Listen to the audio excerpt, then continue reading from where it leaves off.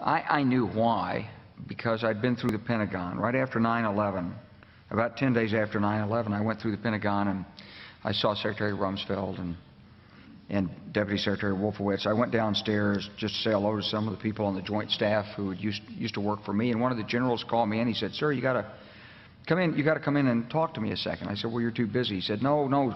He says, "We've made the decision. We're going to war with Iraq." This was on or about the 20th of September. I said, "We're going to war with Iraq. Why?" He said, "I don't know." He said, "I guess they don't know what else to do."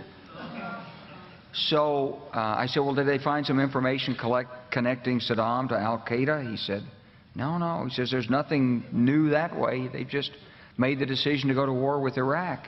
He said, "I guess it's like we don't know what to do about terrorists, but we've got a good military and we can take down governments." And he said, "I guess if the only tool you have is a hammer, every problem has to look like a nail."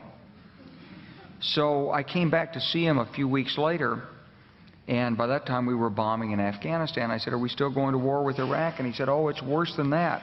He said, he reached over on his desk, he picked up a piece of paper, and he said, I just got this down from upstairs," meaning the Secretary of Defense's office, today, and he said, "This is a memo that describes how we're going to take out 7 countries in 5 years, starting with Iraq and then Syria, Lebanon, Libya, Somalia, Sudan, and finishing off Iran."